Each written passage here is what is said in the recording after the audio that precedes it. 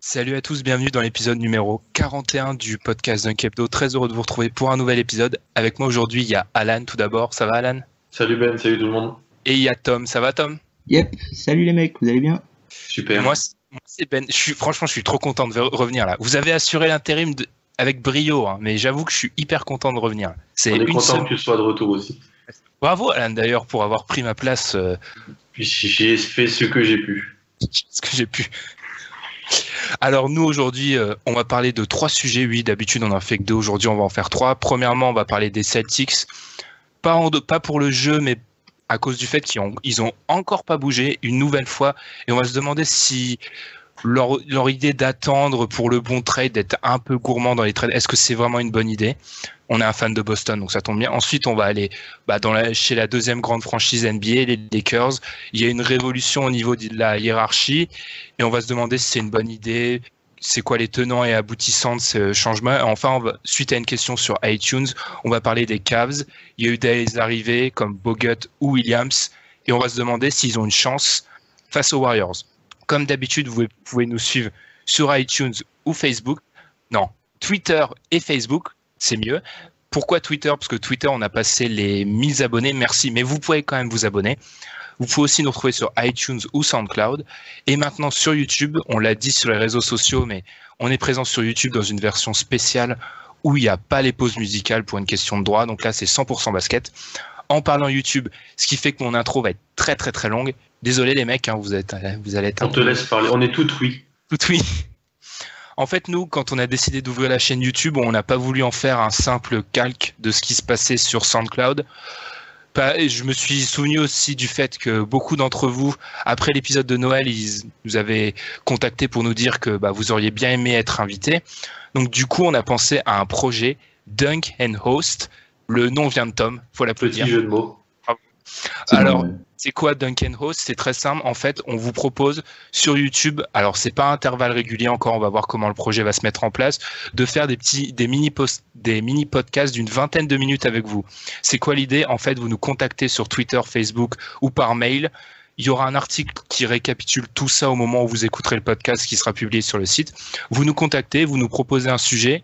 Nous, on tire au sort un gagnant, entre guillemets, je ne sais pas si c'est vraiment un gagnant de débattre avec nous. Et si, c'est un gagnant. Si c'est un gagnant, d'accord, on va dire que c'est un gagnant. Et pendant la vingtaine de minutes, on va débattre de votre sujet avec vous sur le sujet de votre choix.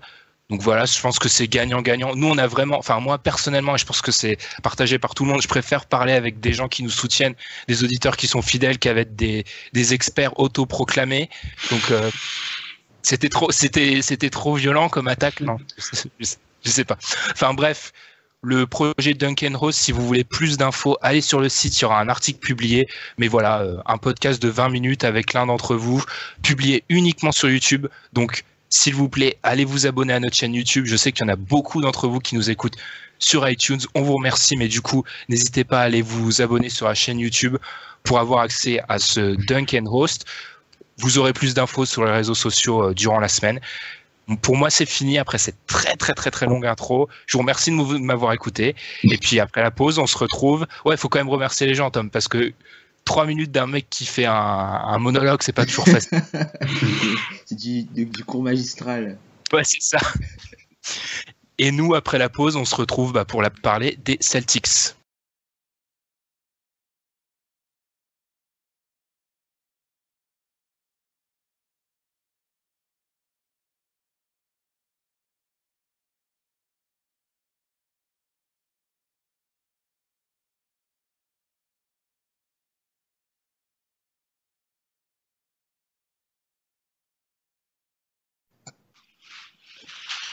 Alors, c'est la constante de ces dernières années au niveau de la trade deadline. Boston ne bouge pas. Pourtant, l'équipe a beaucoup d'atouts, ou assets, comme on dit souvent, un excès d'anglicisme, qui sont, on va juste les rappeler avant de commencer ce débat, la possibilité d'échanger son choix avec les Nets cette saison, ce qu'ils vont faire parce que les Nets se dirigent tout droit vers le pire bilan de la Ligue. Le choix des Nets en 2018 sans aucune protection. La même année, le choix de Memphis protégé. En 2019. 2019. Le choix de Memphis protégé 1 à 8 et aussi le choix des Clippers. Ça fait 1 à 15. Ouais. Donc Là, c'est celui-là, il va se transformer en second tour après. Bref, ils ont plein de choix de draft de tout le monde, en plus des leurs. Beaucoup d'atouts, mais peu de mouvements. Alors que Boston est dans toutes les rumeurs de trade possibles et imaginables. Alors, Alan, en tant que fan de Boston, qui vient contrebalancer moi et Tom, qui sont des anti-Boston notoires, d'après les fans des Celtics. Vous êtes anti-Boston dans tous les sports, monsieur. Oui, moi, c'est une constante. Ah non, pas du tout. Moi, je me considère pas comme un hater, hein, franchement. Moi, je suis un hater des 30 équipes NBA, tu vois. C'est ma ligne. Et des Patriots. Oui, mais ça, c'est normal. Donc, du coup, Alan, est-ce que tu t'impatientes pas en tant que fan des Celtics devant ce mouvement, ce statu quo permanent? Oui, un peu, mais en même temps, quand tu regardes le problème en profondeur, j'ai de quoi comprendre nos dirigeants. Et hey, quand tu regardes de face comme ça, tu te dis, mais pourquoi on fait pas venir Jimmy Butler? Pourquoi on fait pas venir Paul George? Pourquoi on s'est fait devancer par les Pélicans pour Boogie? Mais après, quand tu regardes plus en profondeur, quand tu étudies les contrats, quand tu étudies les possibilités qu'on aura dans les prochaines années de se faire du cap, de sauver du cap pour aller chercher des agents libres, ça vient contrebalancer, même si tu m'aurais dit on fait un deal pour Butler mardi ou mercredi, on fait un deal pour Paul George, j'aurais été très heureux. Après, il faut voir ce que Indiana et Chicago demandaient, et c'est pour ça que ça fait sûrement capoter les échanges. Parce qu'il y a des sources qui sont sorties, des rapports comme quoi Indiana, mais ils nous ont pris pour vraiment, ils nous ont pris pour les Kings, vraiment. Hein. On sait très bien que Paul George, c'est un fanboy des Lakers. Dans un an et demi, il prend sa maison, il retourne du côté de Fresno et il signe aux Lakers. Donc pour moi, ça servait pas grand-chose de tout balancer pour un an et demi Paul George. Donc il va aller aux Lakers dans un an et demi, c'est quasi sûr. J'en ai ma main coupée ce 27 février 2017. Je mets ma main à couper. Et non, faut pas surtout avec la free agency, faut pas dire ça. Attention. T'inquiète pas. Je prends pas trop de risques, j'ai pas parié ma voiture. Mais, on verra s'il prend pas la DVPE. Mais voilà, je pense que quand tu vois le problème de vraiment en profondeur, t'arrives à comprendre le non-mouvement, si je puis dire. Tom, est-ce que le non-mouvement n'est pas aussi causé par la gourmandise excessive de Danny Ainge qui, on le sait, fait partie de nos grands amis? Mais bon, Danny Ainge, c'est un grand GM, c'est un des meilleurs GM de la ligue, franchement. Le souci, enfin, c'est même pas le souci, c'est que Ainge, en fait, lui, ça l'intéresse peut-être pas d'aller au titre avec ce groupe-là, en fait. J'ai l'impression qu'en fait, Danny Ainge, en ne bougeant pas, sa timeline, c'est LeBron, en fait. Quand LeBron déclinera, il s'assurera d'avoir le maximum d'assets pour faire les plus gros mouvements possibles.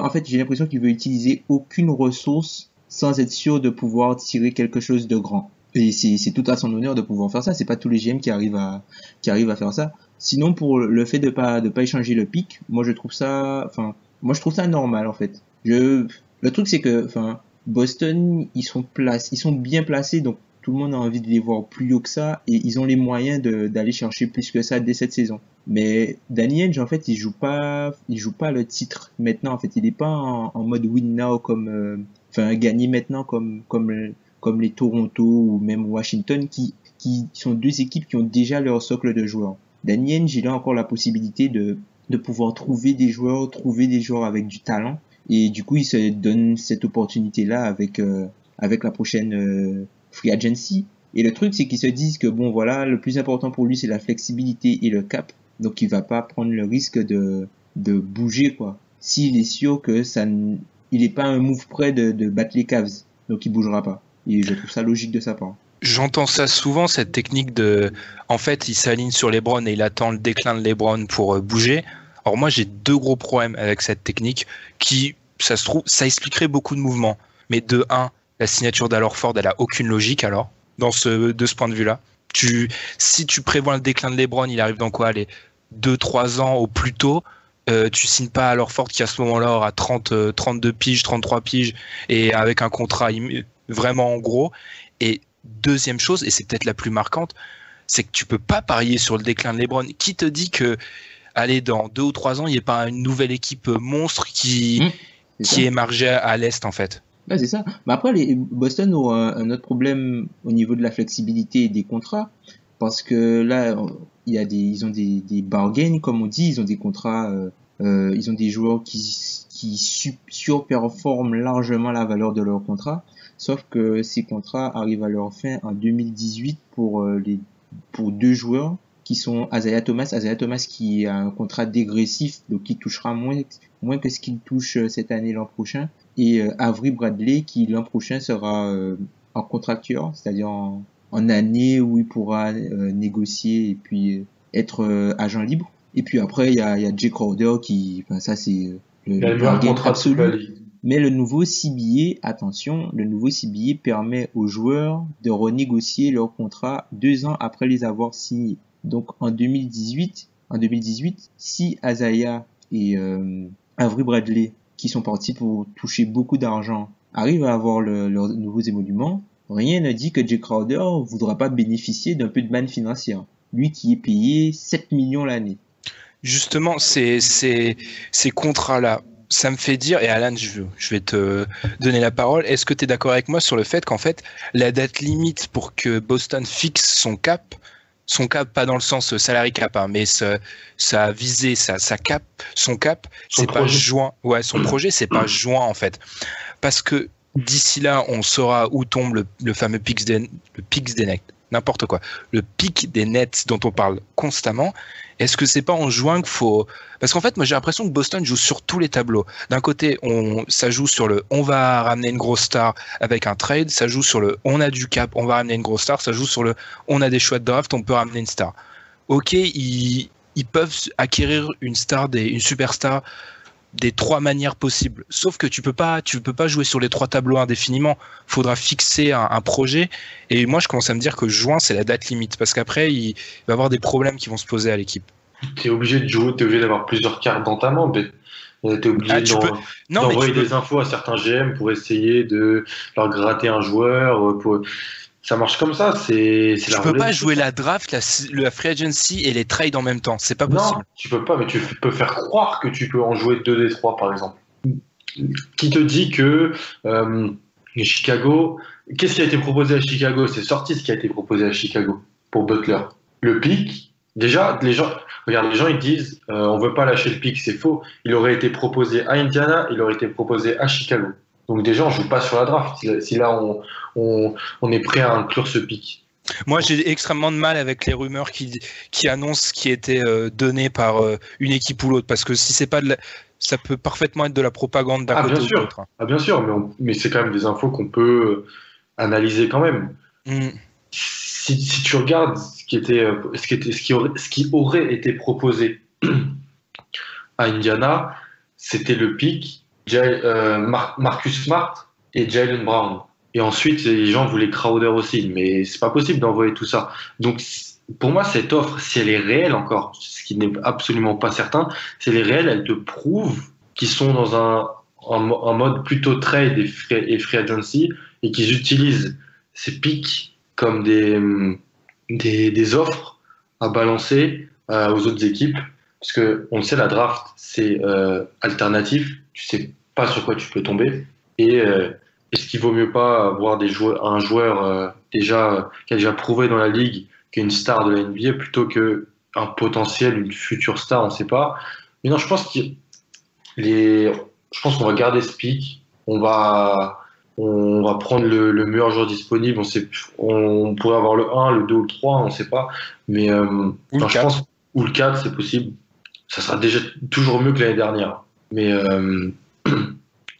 non, je pense que c'est... En fait, la position de GM, elle est hyper complexe. Et là, Danny Ainge, il arrive à s'en sortir. C'est un très bon communicant. Et on a l'impression qu'il retombe toujours sur ses pattes. Même si là, comme je l'ai dit au début, quand j'ai parlé, ça aurait été bien de voir un move. Mais c'est pas, comme l'a dit Tom, et c'est très vrai, on n'est pas dans un win now. Alors avec une équipe des Warriors aussi forte, avec un LeBron toujours autant à l'Est. Ouais, mais il faut être réaliste, Ben. Je sais, c'est complètement un problème, mais je sais pas, il se passe un Big Bang, Curry se barre ou Durant se barre, LeBron se blesse, la ligue elle est complètement ouverte. Enfin, je trouve ça surréaliste. Oui. des Bien fans sûr, qui mais me parlent comme ça. Mais moi, je te parle juste de cette saison, en fait. Parce que cet été, tu vois, on va pouvoir aussi se renforcer avec le Mais marché des agents libres. Et c'est cet été où, moi, je te parle de la saison 2016-2017. ouais, Saison mais 2016, vous pouviez, en 2016, à cette trade deadline là, vous pouviez ramener personne qui vous plaçait au-dessus des Cavs. ouais. Donc, vaut mieux attendre. Je sais pas, je trouve que Faut Tom, être réaliste. Tom, on va se tourner. Ça fait longtemps qu'on t'a pas entendu, Tom. On va se tourner vers toi. Est-ce que tu es d'accord avec moi sur le fait qu'il faut commencer à s'activer en juin parce que, comme tu l'as dit, il va y avoir Haïti qui va demander beaucoup d'argent. Bradley, alors lui, carrément, il est sorti plus d'une fois dans la presse en expliquant que son contrat, il voulait le renégocier, qu'il en avait marre de. Et justement, bah on en parlera d'ailleurs. Il a pris un homme dont on va parler. Donc du coup, est-ce que c'est en juin, c'est peut-être pas une des dates limites pour bouger côté Celtics? Ah bah là il reste c'est la dernière, ça c'était la dernière trade deadline où il pouvait jouer encore sur tous les tableaux. Là d'ici juin, enfin quand on saura où tombe le pic, là Danny Ainge devra choisir clairement en fait. Et le souci c'est que il y a une partie des assets de Boston, donc les pics, qui eux gardent énormément de valeur, mais d'un côté plus le temps passe, plus les joueurs qu'il a signés deviennent des assets moins importants. Ce que tu pouvais acheter avec une combinaison, je sais pas moi, Smart et Smart, il a de la valeur. Attends, mais ce que tu pouvais acheter avec la combinaison Smart Bradley l'an dernier, tu peux pas acheter la même chose avec Smart Bradley cette année et tu pourras pas acheter la même chose avec Smart Bradley l'an prochain. Par exemple, Boston va se retrouver dans une situation où il faudra faire le choix. Est-ce que tu prends un agent libre au max, disons Gordon Hayward. Bon, je sais pas si, je crois pas qu'il quittera Utah, mais disons Gordon Hayward. Est-ce que tu prends Gordon Hayward en agent libre et tu gardes le pick, ou est-ce que tu récupères un Jimmy Butler ou Paul George, mais tu n'as pas le pick, sachant que le contrat de Jimmy Butler ou Paul George est plus avantageux que celui qu'aura Gordon Hayward normalement, et que est-ce que tu penses pouvoir aller au titre avec une équipe où tu as Gordon Hayward et Al Horford au max? D'où leur idée peut-être d'attendre la fin de LeBron. Mais moi, en fait, je comprends ce plan si c'est ça, d'attendre la fin de LeBron, mais alors ça explique pas la signature d'Al Horford en fait.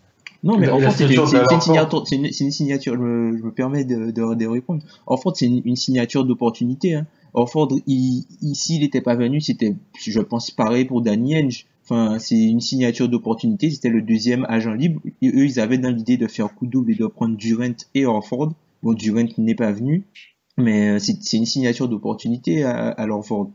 C'était le deuxième meilleur joueur disponible. Ouais, c'est de la grosse signature d'opportunité à 27 millions l'année en 2007-2018. Hein. C'est pour te montrer qu'on est de nouveau attractif. C'est le premier agent libre notable que signe Boston depuis très très longtemps. Hein. C'est pour ça, c'était pour montrer qu'on était de retour avec une destination qui pouvait attirer. Ouais, ils se sont mis sur la carte. Ça fait cher pour. Je vous comprends, les mecs. Je vais encore passer pour le hater, je m'en fiche, mais ça fait cher 27 millions à Horford à 30 piges pour juste montrer que t'es crédible. Non, il fait pas que ça. Regarde, si tu veux parler du sportif 5 minutes, il apporte à Horford, ce qu'on n'avait pas l'année dernière. C'est démonté partout dans les raquettes. Là, ça va mieux. Ah bah, au rebond, c'est toujours le cas. Hein.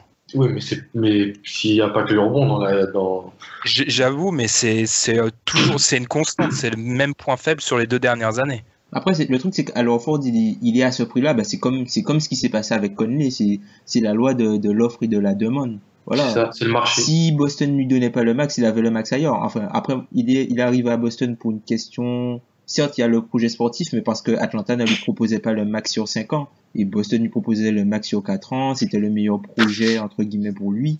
Il est parti. Mais, non, moi, je trouve pas que ce soit une mauvaise signature. Alors oui, le contrat est peut-être, à long terme, le contrat peut peut-être gêner et le contrat est onéreux pour le joueur qui est à Horford. Mais voilà, c'est dans la lignée des contrats qui ont été signés cet été. Hein. La seule bonne signature, de l'an dernier, c'est Kevin Durant. Je suis désolé. Hein. Ah oui, mais non, mais Tom, je vais pas me lancer des fleurs, mais quand on m'avait expliqué que c'était des bonnes signatures parce que dans 1 an le cap allait encore plus augmenter, blablabla. Ok, merci beaucoup. Même Conley qui fait une énorme saison, mais la dernière année de Conley à 34,5 millions alors qu'il aura 33 ans, va falloir l'ingérer. Bah, et ils seront dans la même, et je me répète, je m'en fiche, mais c'est la même problématique du côté de Boston. Pourquoi tu signes à Horford, du coup, si ton projet c'est de viser le long terme et d'attendre LeBron, ce qui d'ailleurs, je pense pas est une Parce bonne qu'il idée. faut quand même que tu offres à Isaiah Thomas et aux joueurs qui sont un peu présents, qui font des énormes saisons et qui sont énormes depuis plus d'un an. Et faut que tu leur montres que tu veux quand même gagner maintenant pour eux, pour essayer de les re-signer peut-être l'année prochaine et pas qu'ils disent ah mais de toute façon on n'est que des pièces qui servent à attendre un futur projet et faut que tu leur montres que tu comptes sur eux quand même. Tu peux faire ça sans donner un max à un mec de 30 piges. Enfin, C'est du moyen long terme, Ben. C'est du moyen long terme. oui, mais moi C'est j'aime du pas. moyen long Enfin, terme. Si, tu vois, s'ils avaient pas Horford, on se poserait même pas la question de l'agent libre. Si Horford n'était pas venu, il y aurait eu un tableau en moins. Tu vois, on aurait même Ils se pas... ils se sont remis sur la carte, comme a dit. Enfin, s'ils avaient pas réussi à récupérer Al Horford, on se serait pas demandé est-ce qu'ils peuvent attirer quelqu'un avec... Enfin, l'argent qui aurait été disponible aurait servi uniquement à re-signer les joueurs qui sont déjà en place, en fait. Mais là, le fait qu'il y ait Al Horford qui soit venu, ça leur donne un petit supplément, en fait. Et ça les rend entre guillemets plus sérieux. Et tu te dis qu'ils sont peut-être pas ils sont pas trop loin de pouvoir contrarier beaucoup d'équipes à l'Est. Regarde, ils sont déjà deuxième à l'Est. Alors oui, on va pas reparler du niveau de la conférence, certes, mais ils sont deuxième à l'Est et c'est pas usurpé, quoi. C'est pas non plus du vol qu'ils y soient. ah, pas du tout, mais on en revient toujours à la même question. Ils sont à un monde de Cleveland. Mais tout le monde Et a un monde de Cleveland à l'Est. Oui, mais Tom, tout le monde n'a pas la richesse qu'a Boston aussi. Je suis désolé. Mon niveau d'exigence de Boston, il est à reclasser avec tout ce qu'ils ont comme armes et atouts.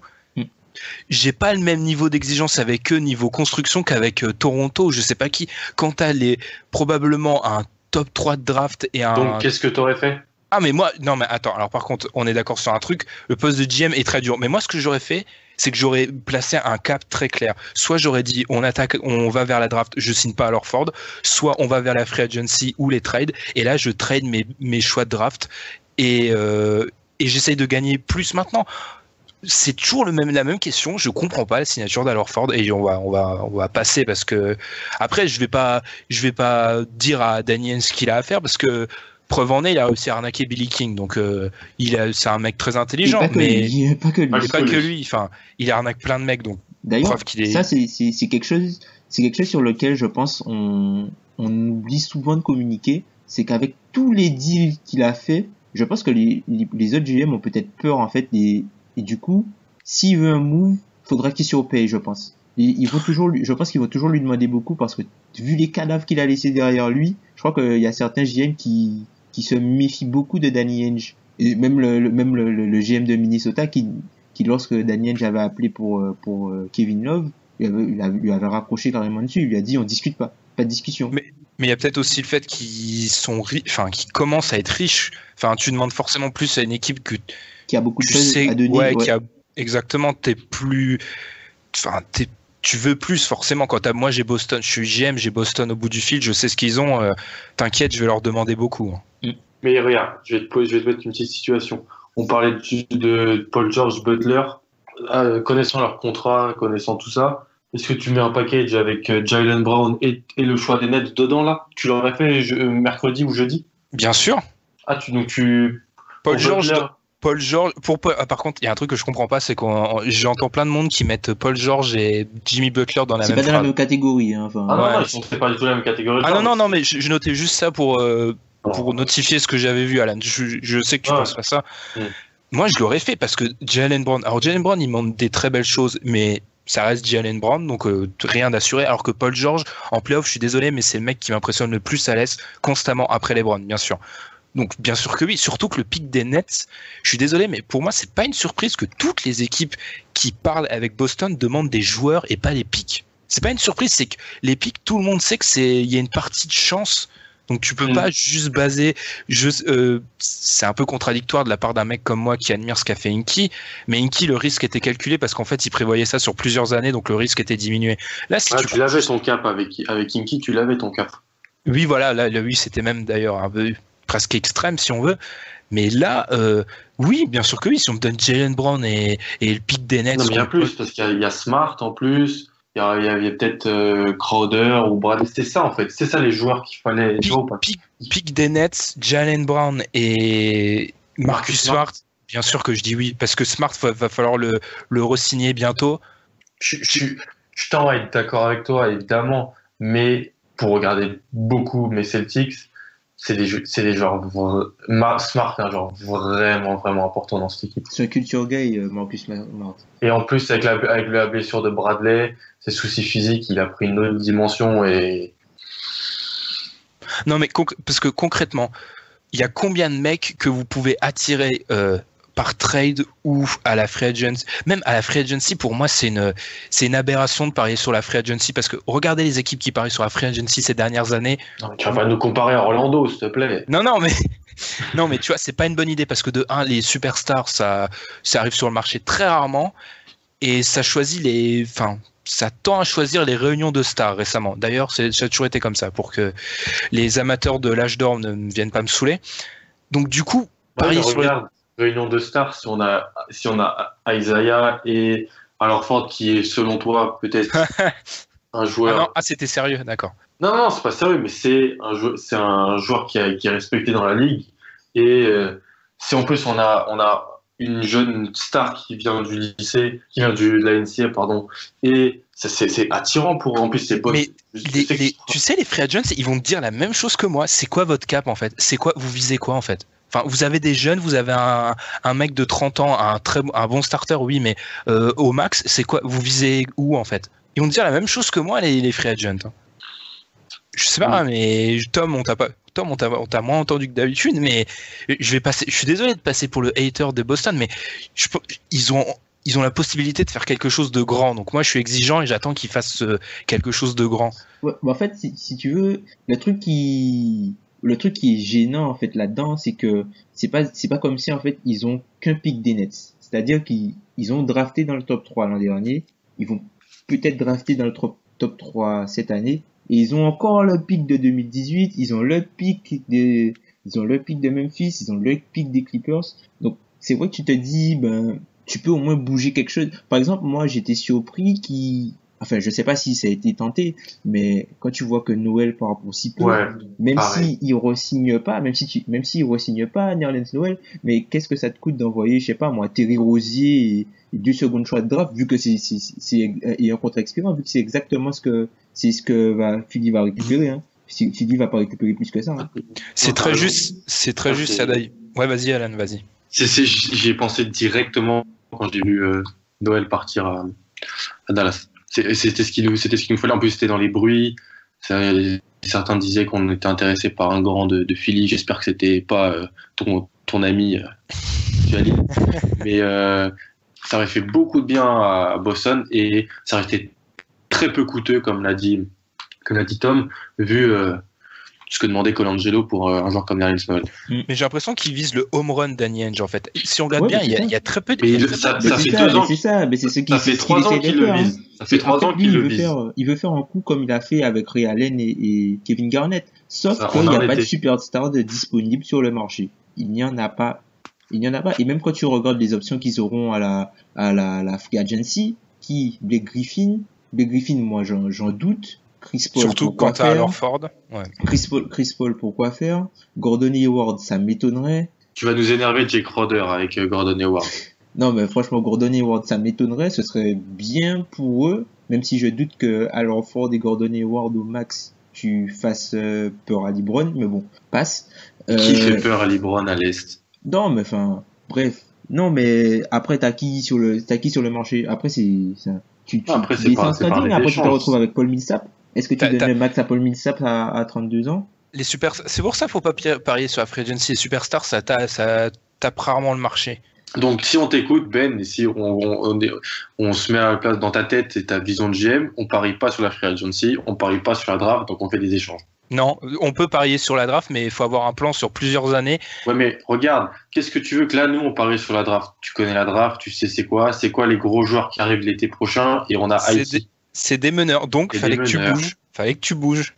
Mais ils ont le temps, ils ont juste, enfin, il est arrivé au moment où, là, il peut plus reculer, en fait, Daniel. Il est dans une situation je vais pas dire idéale, Mais il a des problèmes de riches. Tout le Ah, monde mais aimerait, ça, je pense que tous les GM aimeraient avoir les problèmes de Danny Ainge. Tu vois, mais sauf que là, il est arrivé au moment où il peut plus reculer. C'était le dernier moment où il pouvait tout faire. Il est arrivé en juin, là où il aura le pic. Parce qu'il y a quelque chose qu'on oublie de mentionner, c'est que là, à cet instant, Danny Ainge était celui qui pouvait faire les meilleures offres. À partir du moment où il y aura la loterie, des équipes comme les Lakers, si elles ont leur pic, comme Phoenix, si ils ont le pic, ils peuvent proposer des échanges avec des joueurs et des pics pour récupérer des superstars ou des trucs comme ça. Il est plus tout seul, il sera plus tout seul en fait, parce qu'il y a beaucoup de mauvaises équipes qui ont déjà une base de jeunes et qui le pic leur servira pas forcément à grand chose parce qu'elles ont déjà ce qu'il faut en fait. Il leur manque juste quelqu'un.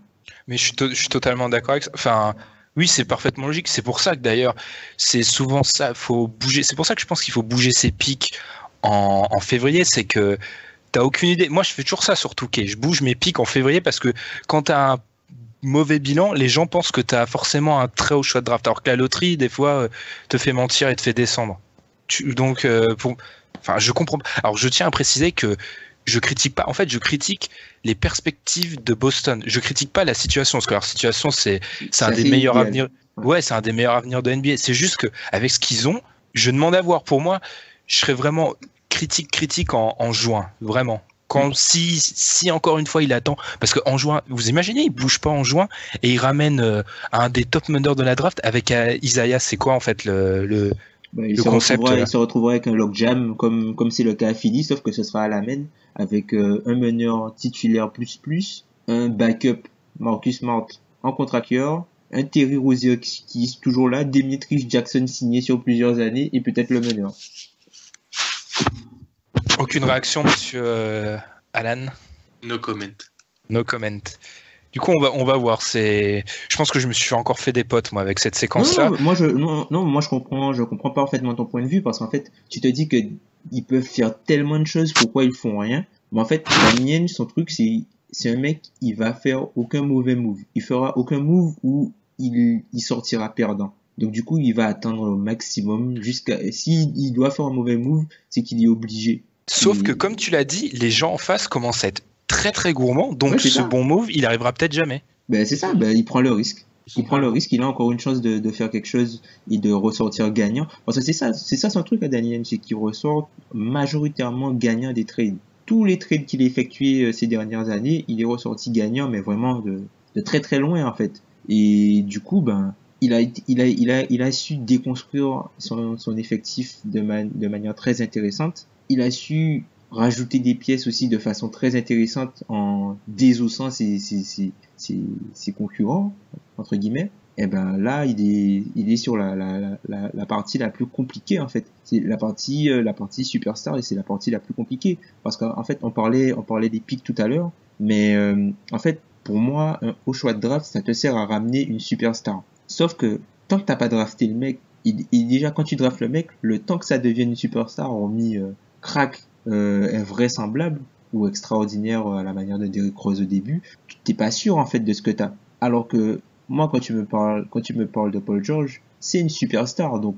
du coup, c'est une superstar déjà établie, ouais. Déjà établie et qui de surcroît est en pleine force de l'âge, qui a 26 ans, qui est en pleine force de l'âge. Après, le seul truc qui peut freiner, c'est son contrat. Mais est-ce que c'est un risque à prendre pour Paul George? Moi, je pense que oui, mais pas à n'importe quel prix. Et si le prix était trop élevé et si le deal n'était pas bon, je pense qu'il a eu raison de ne pas bouger. Ouais, bref, je comprendrais pas. D'ailleurs, il y a un truc, c'est une note, rien à voir, une annexe, mais cette frayeur de parier sur des mecs qui ont des contrats qui vont se terminer dans un futur proche ou une année et demie après, ça fait la bonne affaire de certaines équipes qui jouent le court terme comme Toronto. Du coup, j'ai l'impression que tout le monde joue trop le long terme maintenant. Non, en fait, ce qui se passe, c'est le problème du court terme, c'est à cause du cap. C'est-à-dire que, en fait, là, je pense que ça redeviendrait intéressant, même les contrats expirants d'ici quelques temps, ça retrouvera de la valeur. C'est que, en fait, tu te retrouves avec des joueurs qui sont payés sur l'ancien cap et qui vont être sur le point d'être payés sur le nouveau cap. Donc, du coup, ça effraie un peu. Parce que tu te dis que tu devras vraiment payer très cher. Et c'est quelque chose qui se passera, par exemple, l'an prochain, s'ils veulent échanger, je sais pas moi, Avery Bradley, ils veulent le mettre dans le deal pour Jimmy Butler, ça a pratiquement aucun intérêt pour les Bulls, parce que dans un an, ils paieront Avery Bradley plus cher que ce qu'ils payaient Butler, alors que le joueur est moins bon. Ouais, mais oui, voilà. Enfin, après, je comprends pas, moi. Ton cap, tu vas forcément le dépenser quelque part. Autant le dépenser sur des bons joueurs quand tu peux les attirer. Enfin, on va pas s'éterniser sur ce débat, surtout qu'on en a plusieurs. Donc, on va peut-être conclure. Et après la pause, on va continuer. Je vais y arriver avec les Lakers.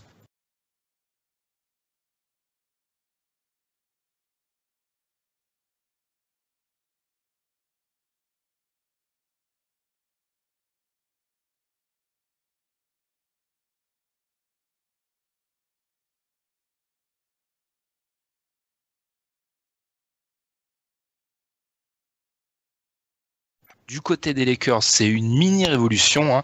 Arrivée de déjà limogeage. On va commencer par le limogeage. Limogeage de Mid Kupchak et de...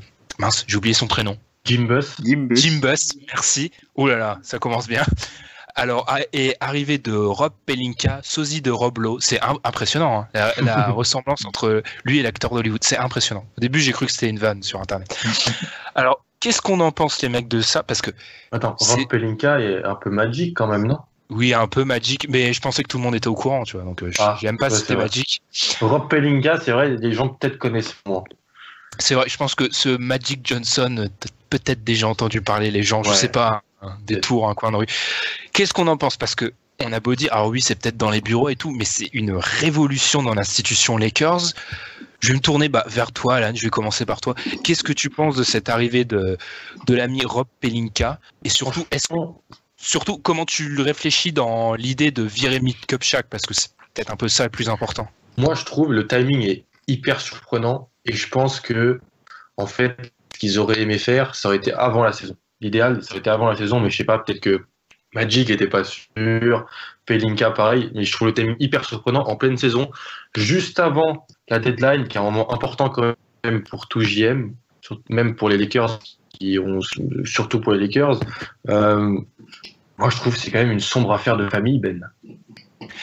D'ailleurs, juste pour noter ce truc de cette idée qu'ils ont attendu trop longtemps, c'est Jenny Buss qui l'a dit elle-même, comme quoi j'ai attendu trop longtemps, je m'excuse auprès des fans des Lakers. Elle l'a dit le jeudi d'après. Donc, voilà. Ginny qui en fait vire son frère, parce que c'est ça. Le papa, il aurait été content s'il voyait les enfants, parce que c'est le papa et qui vire pas un GM historique, mais quand même, Mitch Kupchak, c'est celui qui a fait le gros trade pour Pau Gasol, c'est celui qui avait ramené les Lakers. Il était depuis très très longtemps dans l'organigramme des Lakers, mais il était depuis une quinzaine d'années à peu près au poste de GM, ils ont été champions, tout ça. C'est quand même pas rien. Moi, c'est vraiment le timing que je trouve très surprenant et très étrange. Et comme ce qu'a dit Ginny Buss, voilà, je pense qu'en fait, ce qu'ils auraient aimé, c'était avant la saison. Tom, du coup, Magic, est-ce que c'est pas... Il n'a pas profité de son aura, parce que moi, c'est la première fois que je vois ça dans l'histoire de l'entreprise. Le mec te dit 2 semaines avant, je veux le poste, on vire le Gugus qui était à sa place, on lui donne le poste. C'est entre guillemets un léger push, on va dire. Ouais. Un léger push, mais bon, c'est Magic, c'est une icône. Et le truc, c'est que moi, ce qui me fait le plus peur, en fait, pour Magic, c'est que en fait les prédécesseurs, les anciens joueurs qui ont été GM, ça n'a pas été forcément de très grandes réussites. Mais vraiment pas. On peut parler de Joe Dumars, on peut parler d'Isaiah Thomas. Enfin, il n'y a pas eu que des gars très très fut pour ce poste-là. Alors oui, c'est Magic Johnson, c'est l'aura en fait. Il profite de son aura et je pense que dans la tête peut-être dans la tête de certains, le fait que Magic soit là, ça va rendre les Lakers attractifs encore plus que ce qui se passe sur le terrain en fait. C'est se dire bon voilà, on va côtoyer Magic Johnson. C'est quelque chose qu'on enfin côtoyer quelqu'un comme ça arrive pas souvent.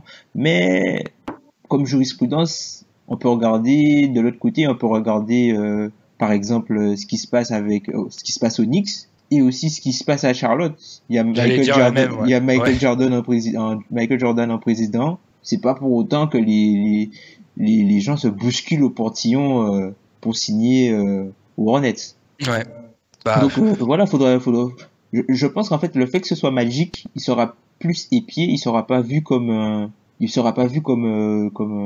GM rookie en fait. Je pense qu'il sera pas jugé comme un GM rookie, il sera jugé comme Magic Johnson. ouais, je vois.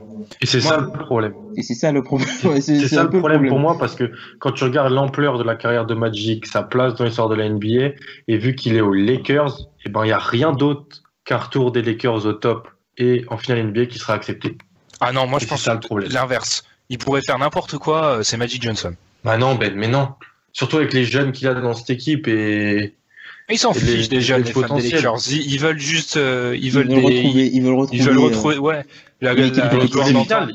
C'est ce que je dis, ils veulent retrouver les gloires d'antan. Mais donc, s'il fait n'importe quoi, Magic, bah, les gloires d'antan, elles seront pas là et il se fera taper sur les doigts quand même. Non, parce que je t'annonce direct. Hein. Vous réécoutez ce podcast dans 10 ans, on mettrait en cause la gestion de Kupchak et de l'administration précédente pour justifier les difficultés de Magic.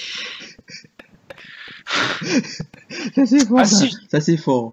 Je vous dis, si Magic se rate, on dit, et j'adore Magic, moi, je dis toujours Magic, c'est plus que Jordan, et oui, je sais, c'est un blasphème, c'est le joueur que je regrette de ne pas avoir vu jouer en direct, et j'adore l'homme aussi. Mais s'il se rate, je suis sûr qu'on le dédouanera, parce que... Oui, bon, on le dédouanera, mais s'il se rate, et c'est sa faute, Ben. C'est sa faute à lui, et donc, pour moi, ma vision, on dédouanera le 11, je ne m'inclus pas dedans. Je pense que pas mal de fans des Lakers, pareil, mais ils ont envie de revoir leur équipe de retour top. Ils en ont marre qu'elle joue la loterie, qu'elle joue les top 3, top 4 de la draft chaque année.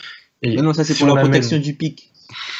Ouais, mais, enfin, je comprends pas, enfin, je vois ce que tu veux dire, mais ça, moi, c'est ça. En fait, j'avoue, j'ai énormément travaillé la question parce que je trouve ces affaires de organigramme, hiérarchie, je les trouve fascinantes à NBA. J'ai énormément travaillé le nouvel organigramme des Lakers et moi, j'ai un énorme problème avec ce qui se passe.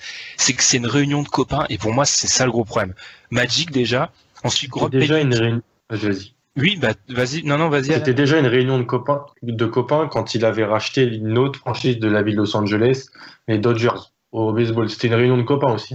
Bah, C'est là, la chose. regarde. Rob Pelinka, GM, qui est proche de Magic et l'ancien agent de Kobe en coulisses, faut pas se mentir, il est en train de reprendre les rênes aussi. Le Mamba serait dans les parages. Ensuite, Pelinka, du coup, ancien agent, donc faut bien lui trouver quelqu'un pour l'aider. Assistant JM, on a choisi qui? On a choisi Ryan West. C'est qui Ryan West? C'est le fils de Jerry West, grand pote de Rob Pelinka. Ils sont tous connectés en fait. Là, c'est comme à Alors, je Chicago. Hein. Mais mon problème, il est très simple. C'est qu'en fait, Jenny Buss, elle veut se débarrasser des affaires basket à peu près. Elle a jamais été trop dans ça. Mais j'ai l'impression qu'elle a jamais eu autant d'importance parce que ils vont pas se virer entre eux, ces mecs-là. Si Pelinka, il se rate pendant 1 ou 2 ans, c'est pas Magic qui va aller le virer, c'est son pote. Ça c'est pas dit. Hein. Il faut pas sous-estimer Magic. Hein. Peut-être, enfin, c'est un businessman aussi, Magic. Il gère des business, il fait son truc. C'est pas sûr que, enfin, c'est pas sûr qu'il ait pas ce qu'il faut pour virer quelqu'un qui fait mal son boulot. Hein. Je trouve que c'est beaucoup trop de... Et puis surtout, même la partie hors basket, ça restait les Lakers. Mais la partie, même s'ils sont nuls sur le terrain, ça attire quand même. Hein. Écoute Papa Ball, il t'en parle. Oh. Ça a attiré qui ces 3-4 dernières années? Non, mais je te parle en termes de hors terrain, de produits dérivés. C'est ça qu'elle s'occupe, Ginny Buss. C'est ça, Ginny Buss. Hein. Mais donc, moi, je pense surtout que ce que je trouve vraiment pas intelligent et pas classe de la part des Lakers, c'est des articles qui sont sortis comme sur SB Nation qui mettent en avant le fait que Kupchak et Jim Buss auraient été virés parce qu'ils auraient fait capoter le trade de DeMarcus Cousins aux Lakers. Mais c'est pas vrai du tout. On sait très bien qu'ils sont sur un fil depuis pas mal de temps. C'est pas cet échange-là qui a fait tout virer. Preuve en est, Ginny Buss a dit qu'avant la saison, leur organigramme aurait déjà dû être changé. Donc, déjà, je trouve que là, en apparemment, termes de communication, c'est pas top. Deng et Mozgov, apparemment, elle aurait pas aimé, apparemment. Ça se digère mal. Elle aurait pas aimé aussi le fait qu'ils voulaient pas inclure Ingram dans l'échange pour aller aux Kings, pour avoir Cousins. D'ailleurs, ça, on va pas revenir sur ça, mais je pense que c'est pas si débile que ça de pas vouloir, avoir refusé ce trade. Mais, je sais pas, moi, au niveau de l'organigramme, je vous dis, j'ai des gros problèmes avec ces amis de partout. Puis alors, alors là, c'est un point que j'aimerais juste éclaircir. Ça fait 10 jours qu'on cite Rob Pelinka comme le nouveau Bob Myers, le GM des Warriors. Alors déjà, il faut remettre les choses au clair. C'est pas du tout le même cas. De Myers, quand il arrive aux Warriors, c'est un assistant GM. Là, Pelinka, il a déjà les pleins pouvoirs presque. C'est pas du tout la même idée. Je sais, Myers, il est resté assistant GM que 1 an, mais quand même. Enfin, il avait quelqu'un au-dessus de lui. D'ailleurs, ce quelqu'un, c'est juste le mec qui a drafté Klay Thompson et Stephen Curry. Donc, c'est pas non plus Larry Riley, c'est pas un débile. Hein.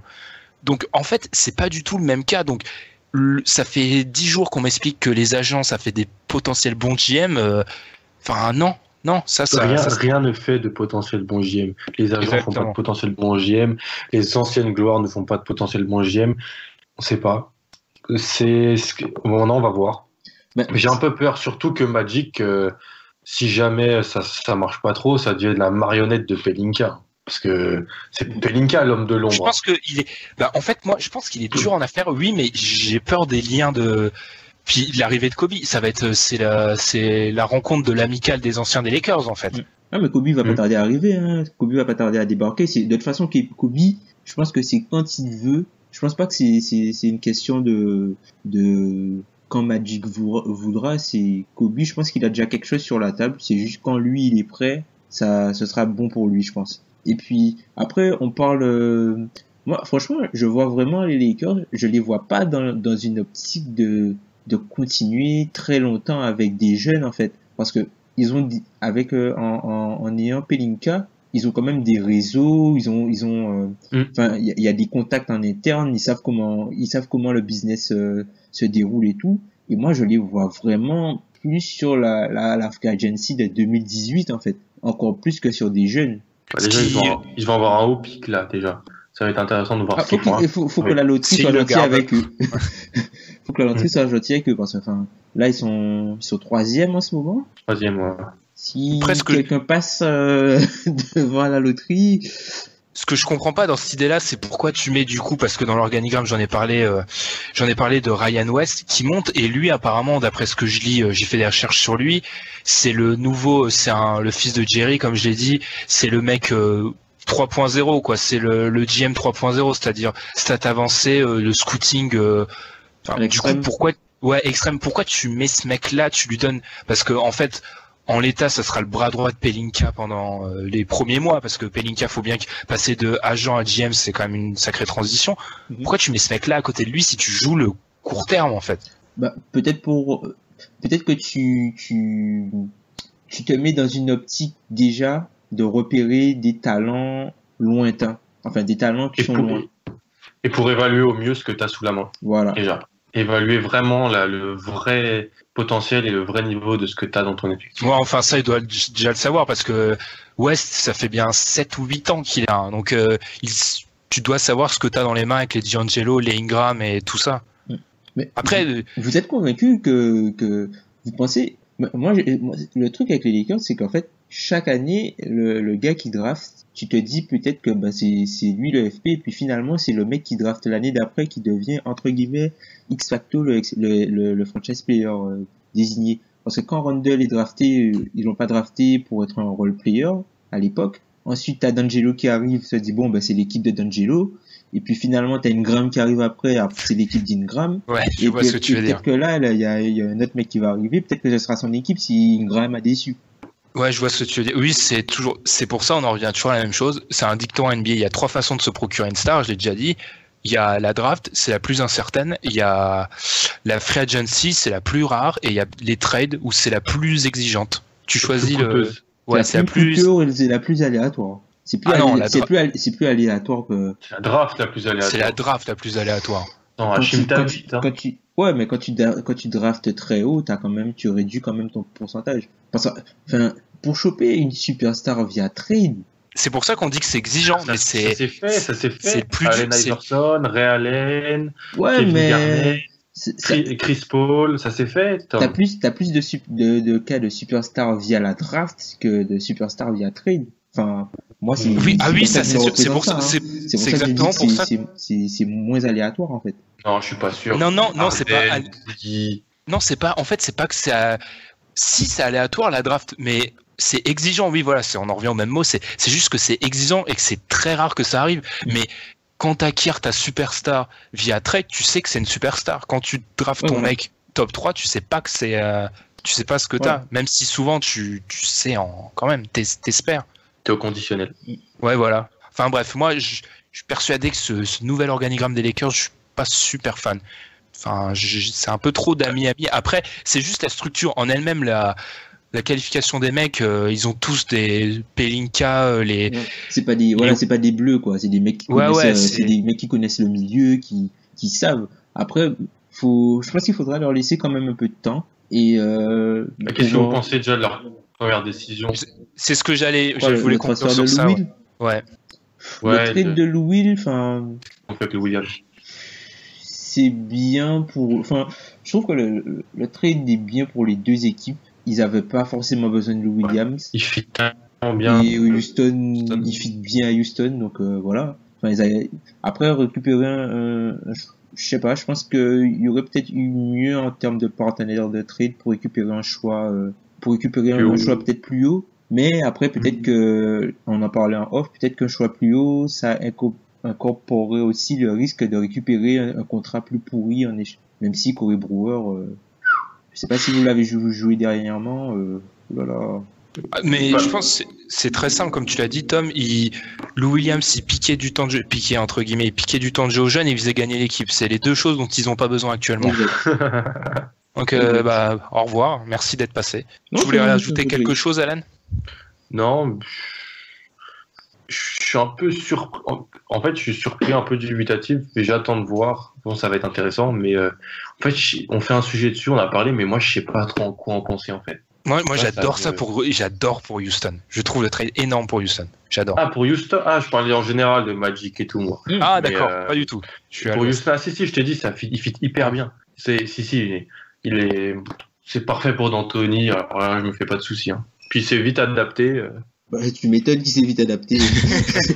Dans un basket comme ça, c'est du basket champagne. Enfin, tant qu'il a la balle en main, après. Plus de 50 tirs à 3 points samedi soir contre Minnesota, quand même. C'est l'objectif jusqu'à la fin de la saison, les mecs. Les gars, c'est Houston, hein. Faut pas croire, hein. Ils sont sérieux, hein. Ils sont sérieux, hein. Harden MVP.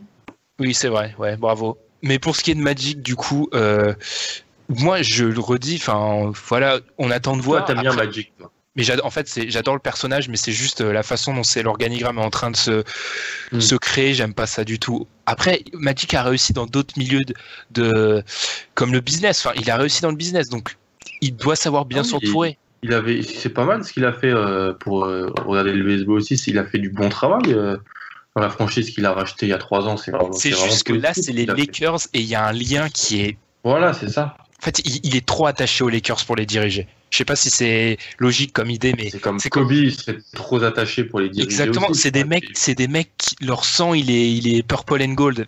C'est difficile de leur faire gérer la franchise. C'est comme si on aurait Larry Bird, GM des Celtics pour moi. Exactement. Ouais, ça serait un peu. Après, au moins tu peux pas mettre en cause le fait qu'ils vont pas mourir pour que les Lakers retrouvent le haut du classement, quoi. La gloire d'antan. Exactement. Du coup, nous, c'est fini pour ce sujet sur les Lakers. On va enchaîner, un épisode avec 3 sujets. On va enchaîner sur les Cavs après la pause.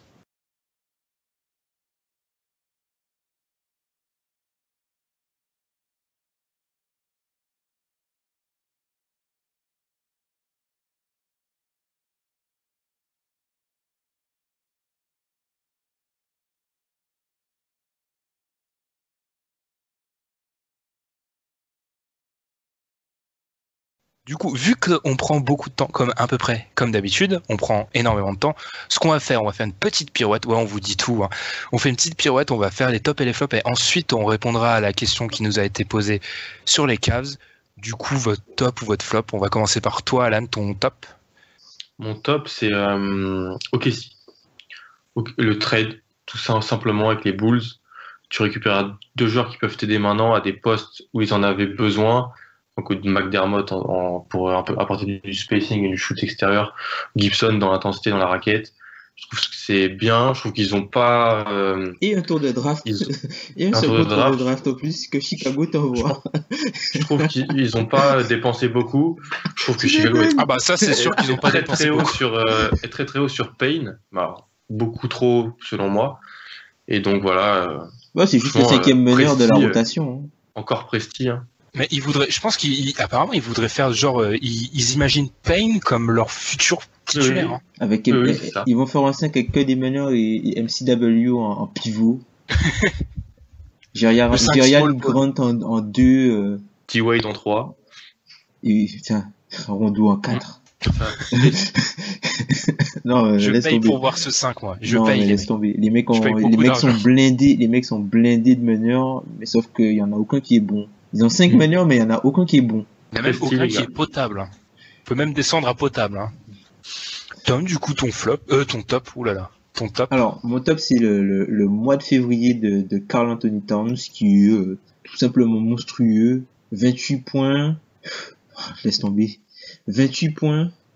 13 rebonds. Non, mais je regarde, mais je me dis, c'est 28 points, 13 rebonds, à 60% au tir. Enfin, 36% à 3 points. Enfin. Alors oui, défensivement, il y a beaucoup de progrès à faire, mais ce qu'il fait là, enfin, un sophomore faire à ça, enfin, c'est énorme. Franchement, 62% à l'efficiency, field goal percentage, 67% au true shooting, enfin, énorme. Énormissime Karl Anthony Towns en ce mois de février. Moi du coup, alors moi c'est pas un top ni un flop parce que là je vous annonce un flop légendaire parce que je vais m'énerver et vraiment après. Ah, c'est On va contre parler- nous. C'est contre toute la terre entière en fait. 94% des fans NBA ils vont prendre pour leur grade. Non, moi c'est pas un top ni un flop, mais juste une précision que je voulais apporter par rapport à ce que vous aviez dit sur Cousins et Davis. Alors je vais pas revenir sur ce que vous avez dit parce qu'à 99% j'étais d'accord à part des détails. Ce dont je ne suis pas d'accord, allez voir sur Facebook dans les commentaires, on m'avait posé la question et en gros j'ai juste expliqué sur quoi j'étais pas d'accord, mais autrement globalement j'étais d'accord avec vous. Je voulais juste rajouter que je pense que c'est un trade hyper important, mais dans l'histoire de la NBA. Pourquoi ? Parce que on va voir si dans le basket 3.0 une paire d'intérieurs de très haut niveau ça peut marcher. Parce que la question elle se pose vraiment en fait. Ça fait longtemps qu'on n'a pas vu deux intérieurs de ce niveau-là, peut-être les deux meilleurs joueurs à leur poste. Et est-ce que ça peut marcher dans la NBA qui de plus en plus petit, tirer vers 3 points, etc. C'est une question légitime parce que beaucoup de personnes, enfin, il y a un consensus. Non, en fait, beaucoup de personnes disent que ça va marcher, enfin, annoncent la réussite de ce duo, mais il y a des voix, elles restent marginales encore, qui pensent que ça ne va pas marcher. Donc moi, j'attends. Moi, je suis entre les deux. Je pense que ça marchera, mais peut-être pas dans les proportions qu'on annonce. Je dis juste que je pense que c'est un trade hyper important et que ça aura des conséquences après parce que concrètement, si ça marche pas, je pense que c'est un problème, mais si ça marche pas, personne tentera les Twin Towers avant 25 ans. Mais ça marchera peut-être avec des extérieurs de plus haut niveau. Tu vois, on disait pareil pour le shooting. On disait, ouais, voilà, les équipes de jump shot, ça marche pas, machin. Sauf que là, l'équipe de jump shot, on va dire, enfin, les Warriors, ils avaient quand même à l'intérieur un pendant quand même. Ils avaient un pendant à l'intérieur qui faisait le boulot, quoi. Ils avaient quand même une raquette Draymond Green, Andrew Bogut. Donc là, faut voir si les Pelicans arrivent à trouver un pendant à leur Draymond Green, Andrew Bogut à l'extérieur. Ouais, oui, je suis d'accord avec ça. Mais pour moi, c'est plus, c'est l'identité même de l'équipe. Ça fait parce que il y a plusieurs équipes qui, comme les Warriors, s'acheminaient vers le tir à outrance. Là, c'est pas trop d'équipes qui se dirigent vers les Twin Towers à l'heure actuelle. C'est plutôt tout le monde prend des 3-4 des ailiers qui sont interchangeables. Donc j'attends de voir. Tower, c'est un 4 et un 5, hein. C'est pas Twin Tower, c'est un 4 oui, et un 5. Mais oui, d'accord. Oui, j'extrapole peut-être l'expression, mais enfin, ce que je veux dire par là, c'est deux joueurs de très haut niveau, les meilleurs joueurs à leur poste à l'intérieur. J'attends de voir. C'est juste une précision, mais je vous dis vraiment, ce trade-là, il va avoir de l'importance dans comment on va penser la NBA pendant beaucoup de temps, je pense. Parce que si ça marche pas, et à l'inverse, si ça marche, parce que je suis un peu pessimiste là, mais si ça marche, je vous annonce que les gens ils vont retourner grand en fait, parce que la NBA c'est une ligue débile, les gens se copient. Donc s'ils voient que deux grands, ça commence à faire des problèmes, et il faut pas se leurrer, c'est si ça pose des problèmes à des mecs comme les Warriors, tout le monde va retourner grand, hein, ce sera très simple. Donc Thibodeau est en avance. Thibodeau c'est un mec qui a 25 ans d'avance, Tom. Du coup, Alan, ton flop, si t'en as un ou un autre de tes Ah tops. oui, j'en ai un, t'inquiète pas pour moi. C'est Colangelo. Ah, j'avais écrit un papier sur lui l'été dernier en disant s'il te plaît, ne fais pas de conneries. On te donne une bonne situation. Il y a un mec qu'on a envoyé au bûcher parce que dans tout ce qu'il a fait, il sera reconnu après, mais là, il est au bûcher. Saminki. Ne fais pas tout foirer. Et première deadline, il va sur l'autoroute. Il a pris l'autoroute, 180 degrés, 180 km/h, et voilà, c'est parti. Genre, on a trop de pivots et on envoie le mauvais. Après, c'est que mon avis, hein. Mais on envoie le mauvais. On se sépare du mauvais contre 2 cacahuètes et je sais pas quoi. Pas d'injure à Justin Anderson. Tom l'a dit, il pense que c'est un futur Jay Crowder, bien sûr. Bref, voilà, Nerlens Noel à Dallas. Je ne comprends pas cet échange.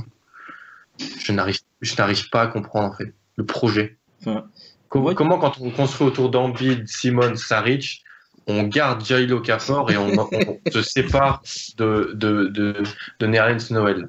C'est même pas que Jahlil Okafor est un joueur de basket moyen et qu'il peut faire des bonnes choses, mais en termes de Oh là là, je devrais te couper la parole pour avoir dit ça. Non, mais je le dis, j'ai le droit de le dire, mais en termes de pourquoi on veut que des mecs qui veulent le ballon, genre, sur le terrain. Ça marche pas comme ça. Donc je comprends pas du tout. Moi, tu vois, pour expliquer cet échange j'ai du mal à m'expliquer, je pars de la présomption de bonne foi. Et en fait, je me suis dit que le mec, il a dû se dire que de toute façon, la valeur de Jahlil Okafor ne peut pas être plus basse. Donc, on va le garder, on va essayer de le faire jouer, quitte à voir si on peut l'échanger contre un pic loterie ou un truc comme ça. Mais là, un pic loterie. Ben, tu as besoin d'assistance respiratoire. Oui, là, je suis pas bien. Parce que moi, je pense que, sérieux, le deal Jahlil Okafor contre Bogut en buyout Anderson, Ben, il le fait, lui. Hein. Attends, si je suis qui? Si je le fais, c'est Colangelo. Ah, mais je vais même, je prends ma voiture et j'amène Jahlil de mes propres moyens. De toute façon, Ben, il n'est pas objectif sur Jahlil. S'il était GM, il aurait cut déjà. Il aurait coupé, même au contrat rookie, il aurait coupé Jahlil Okafor. C'est peut-être vrai. C'est ça qui est. Donc il n'est pas objectif là-dessus. Donc ouais, moi, chaque fois que je vois Jahlil qui fait des stats, je pense à Ben. À chaque fois. En fait, c'est pas personnel, les mecs. C'est juste que il y a un monde entre ce qu'on m'a vendu, ce que j'ai vu. Ce que toi-même t'as vendu. C'est ce que toi. Que j'ai vendu, mais sauf que moi je me suis rétracté plus vite que la plupart des personnes. Non mais il s'est rétracté avant la draft. Exactement. C'est vrai. J'ai sorti l'arnaque à ce moment-là. Non mais le pire c'est, je continue à lire ça sur les réseaux sociaux. Il a du talent, on attend plein les mains. Il y a un super spin move. Regardez les matchs parce que là, bref, on va pas partir sur Jahlil encore une fois. Mais attends, il a mis la misère à Willy Hernan Gomez. Ah oui. Ah bah ça vaut un loterie pick ça. Attends.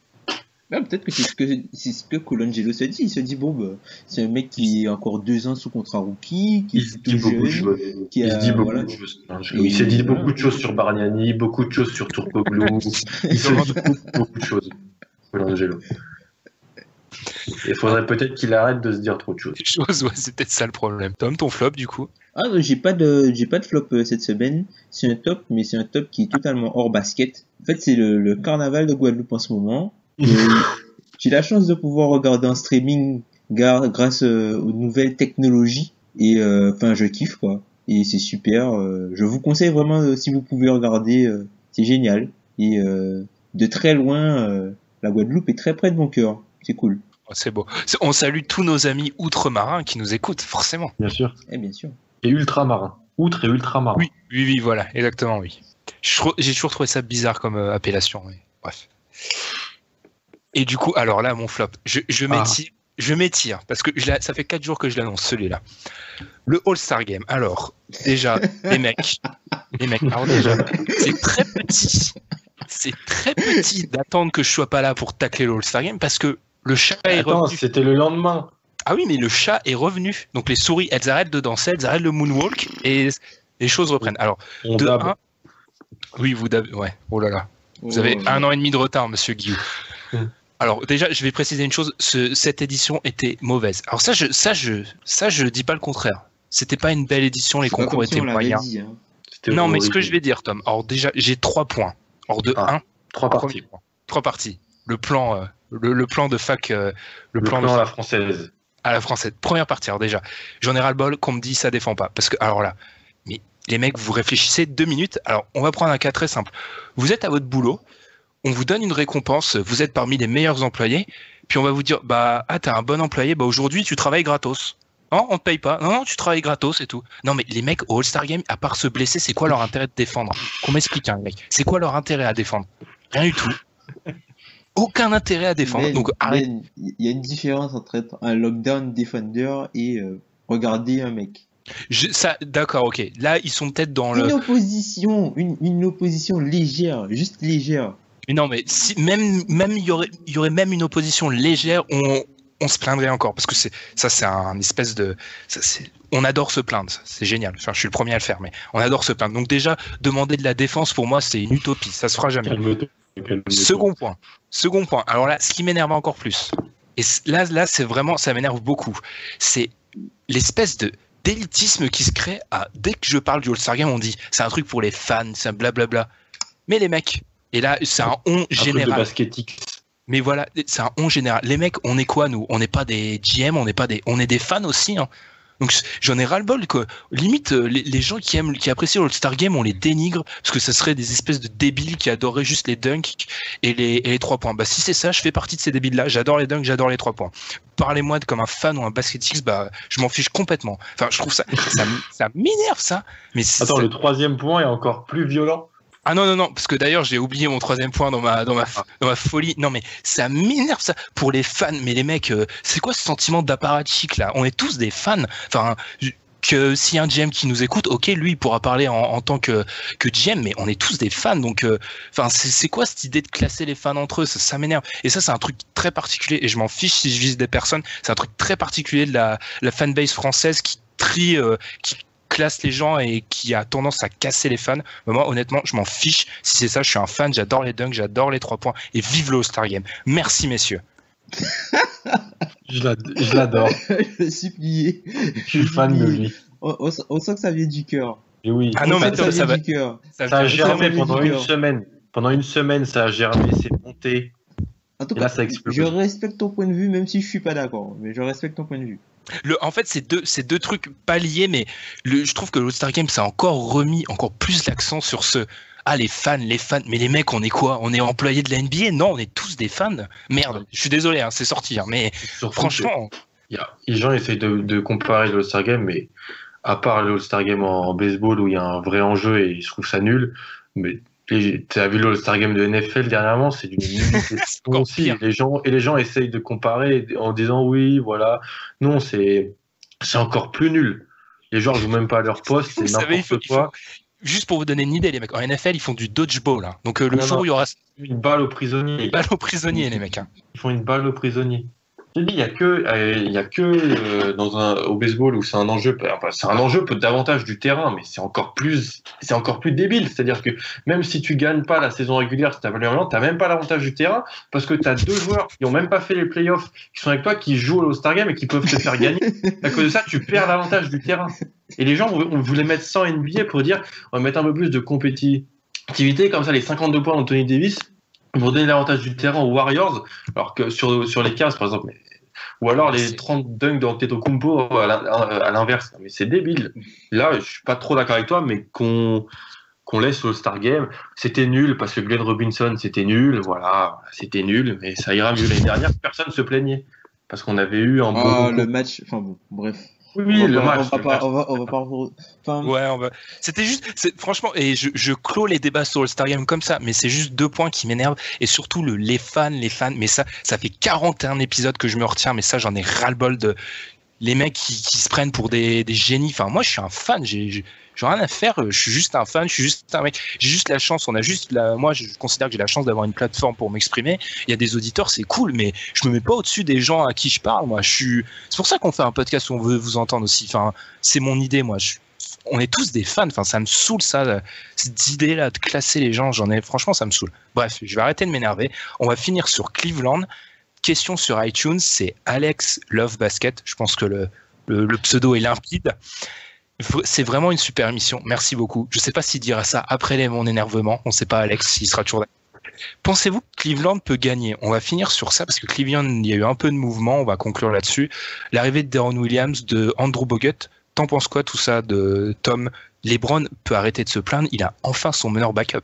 Putain, meneur backup. Après, le truc, moi je trouve que, on donne peut-être pas assez de crédit au GM des Cavs en fait. Et non, ouais, j'allais en parler.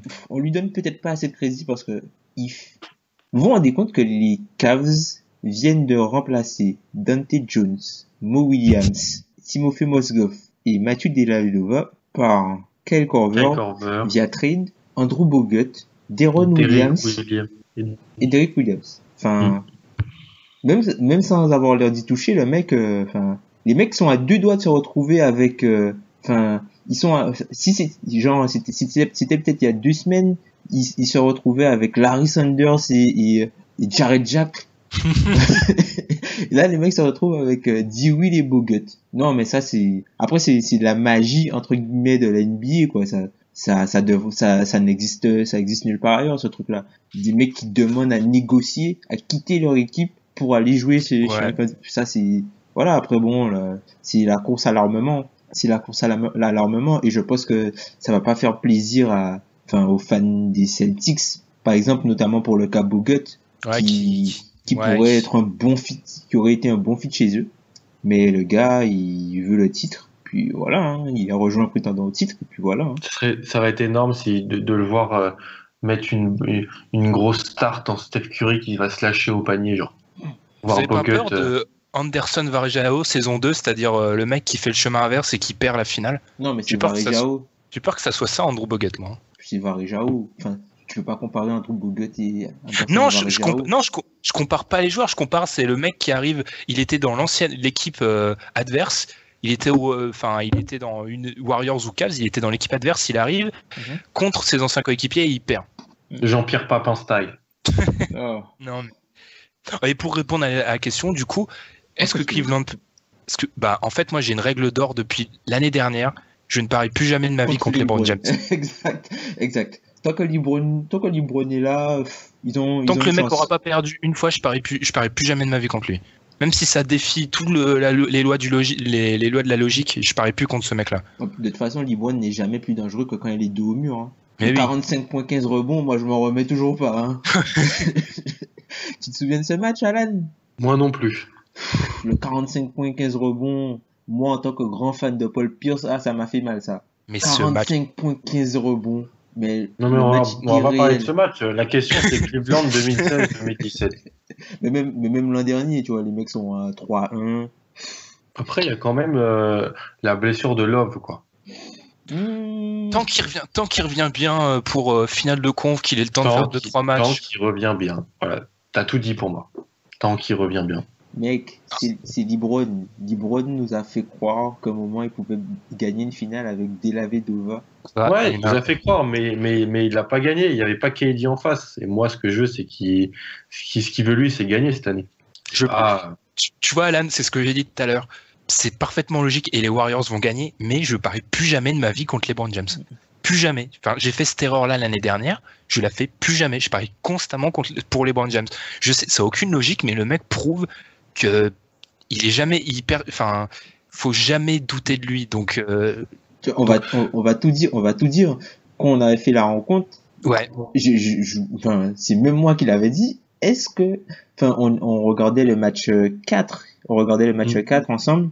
Et puis, je demande à Ben, mais est-ce qu'on n'est pas en train d'assister au déclin de LeBron? Et j'étais d'accord avec toi. Enfin, on était d'accord. Enfin, on pensait que c'était 3 semaines plus tard, le mec. Le mec est champion. Le mec est champion. 3-1. Incroyable. Moi, je pense que les Cavs peuvent le faire. Ils seront pas favoris. Alors oui, il y en a qui disent que de toute façon, les Cavaliers, c'est le champion. Mais l'outsider a rajouté Kevin Durant. Donc, ils sont pas favoris pour moi, les Cavs. Franchement, ils sont pas favoris. Après, on sait pas si peut-être qu'il y aura de la casse, hein. Si LeBron se blesse, ça peut tout changer, hein. Ouais, bah oui. Et là, si LeBron se blesse, peut-être que Boston aura des regrets. Et voilà, ça recommence. Et là, c'est ça, si LeBron se blesse, peut-être que là, les Celtics auront ni remords. Parce que, voilà, On va quoi. arrêter avec les Celtics. Le pauvre, il va faire des cauchemars de ces Celtics. Ah non, je suis pas de cauchemar, moi je suis. Mais après, enfin, les Cavs, le souci avec les Cavs, là, c'est qu'en fait, ils ont énormément de joueurs fragiles. Énormément de joueurs fragiles dans le roster. Et ils sont pas à l'abri que quelqu'un se pète, quoi. À part Tous leurs LeBron, joueurs sont fragiles à dans le part roster, à LeBron, part c'est ça, à part les LeBron Titi, ouais. Et et Tristan Tristan Thompson. Thompson. Mais lui, il est, attention à la Kardashianisation. Ouh. C'est encore pire qu'une blessure. Voilà. C'est une blessure au cerveau, quoi. Donc, ouais, à part ces deux-là, Ah, ça en a tout le tué roster. plus d'un, Ben. Hein. Il y a une longue liste de victimes. Ça en a tué pas mal. Hein. Ouh là là là là. Mais sérieux, ils ont vraiment un roster d'injury prone. Heureusement qu'il y a LeBron, quoi. D'ailleurs, LeBron a raté un match. On a vu ce qui s'est passé. Ouais, comme d'habitude, c'est toujours un peu la même conclusion. Donc du coup, pour répondre à la question, on est d'accord. Est-ce qu'ils peuvent gagner? Oui. Est-ce qu'ils vont gagner? J'ai envie de dire, rendez-vous pour nos previews de finale. Ah, Ouh. 3 Teaser. mois, là. Teasing. C'est le teasing ultime là. Ouais, espérons qu'il reste en santé. Enfin, que Ouais, les deux équipes, ouais. que tout le monde soit en santé. Espérons que. Tout le monde soit Moi, en moi j'ai santé. envie que pour ces playoffs, enfin, on ait toutes les équipes en santé. Qu'on voit pas un mec comme Bismack Biyombo marcher sur une raquette où Oh là là là le là là pivot là là. adverse c'est un On 3, voit pas, un on voit pas 3 Xavier rookie. Munford dans un effectif. Non, mais Ouais, c'est voilà, Xavier Munford dans un effectif. Mais non, je suis désolé. Non, mais cette série Raptors Heat, je veux plus jamais la voir de ma vie. Plus jamais. Vite, ouais. Elle était, mais c'est pas. C'était de la pré-saison le truc. Spurs Grizzlies, c'était pas sympa aussi. Hein. Ah, c'était du désossage complet. Hein. Ouais, mais tu vois, au moins Spurs Grizzlies, t'avais les Spurs. Tu savais ils- pourquoi, tu savais ils savaient pourquoi, jouer. tu savais pourquoi. Mais les autres, ils faisaient.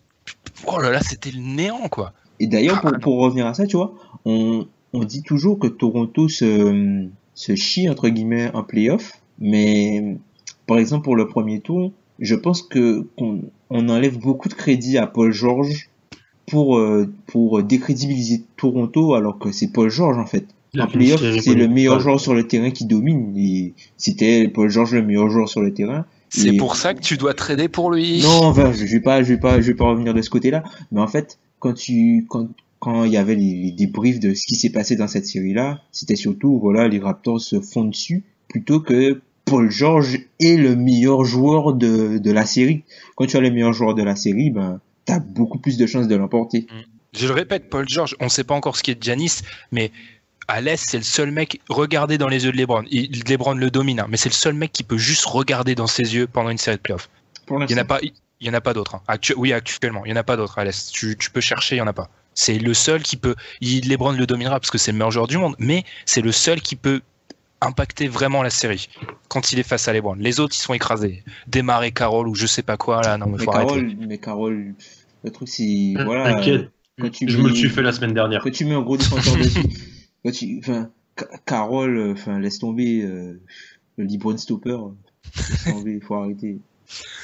Du coup, on va peut-être conclure, nous, ce qu'on s'est encore écarté du sujet. D'un côté, quand les présentateurs s'énervent, ça peut pas aller bien, ce genre d'émission. Du coup, le gros rappel, là, je vais pas vous faire le rappel réseaux sociaux ni plateforme où vous pouvez nous retrouver. Le rappel, c'est Dunk and Host. Ça, en fait, c'est tout, comme je l'ai dit dans l'article qui va être publié, on vous explique la démarche. C'est tout est de votre côté, en fait. Si vous voulez participer au projet, c'est très simple, vous vous abonnez à notre chaîne YouTube et vous nous proposez un sujet, on va faire un tirage au sort et on vous dit pas encore quand ça va sortir parce que le projet se met en place, mais à vous de voir. Enfin, moi franchement, ça me plairait vraiment de mettre des voix sur vos commentaires et je pense que ça peut être très intéressant. Du coup, les mecs, c'était un très bon épisode. J'étais content de revenir, forcément. Franchement, Nous une aussi. entrée fracassante en plus. Hein. Enfin, une sortie fracassante plutôt. Comme c'est Sortie. celle Non, de mais- Brandon Jennings. Ah oui, exactement. Ah, mais j'aimerais bien voir son salaire, tu vois. Même si c'est le minimum, j'aimerais bien quand même. Le mec est coupé, Si- le mec est coupé au minimum. C'est un meneur backup dans une équipe mauvaise et il est coupé alors qu'il est au minimum. Il n'y a plus de respect, mais. Bah, j'espère, Hashtag Chine. non, mais j'espère que c'est pour aller dans une équipe de playoff, hein. Je sais pas. Je sais pas si une équipe de playoff. Ah, ok, si, hein. Maintenant, avec ces matchs Christon derrière, tu peux pas aller en playoff avec ces matchs Christon en backup, hein. Vous imaginez un moment sur le terrain Westbrook et Brandon Jennings en même temps sur le terrain? Ce serait génial. Oh là là. Je paye encore une fois pour voir ça. C'est électrique. C'est le truc électrique. C'est électrique. Et Kai Singler en 3. Ah non, non, non. Ah mais non. lui, Ah non, ça non. Non, Ça, non. Lui, c'est Lui, plus possible. Lui, je sais même pas s'il pourra même arriver en Chine. Tu penses? Et Kyle Singler, les gars. Moi, c'est sa coiffure qui me. Je suis plus intéressé par lui capillairement que basket, Basket. au niveau basket. C'est ton côté Beno Udrih. Ah oui. Dieu bénisse la coupe de Beno Udrih. Oh là là. On s'égare On là. s'écarte encore. Ouais. On vous souhaite une On vous bonne donne du semaine. insight un peu, mais. Ouais, on vous donne. Oui, on est 100% transparent. Et puis bon, bah, on vous souhaite une bonne semaine de NBA. Et puis salut à tous. Salut.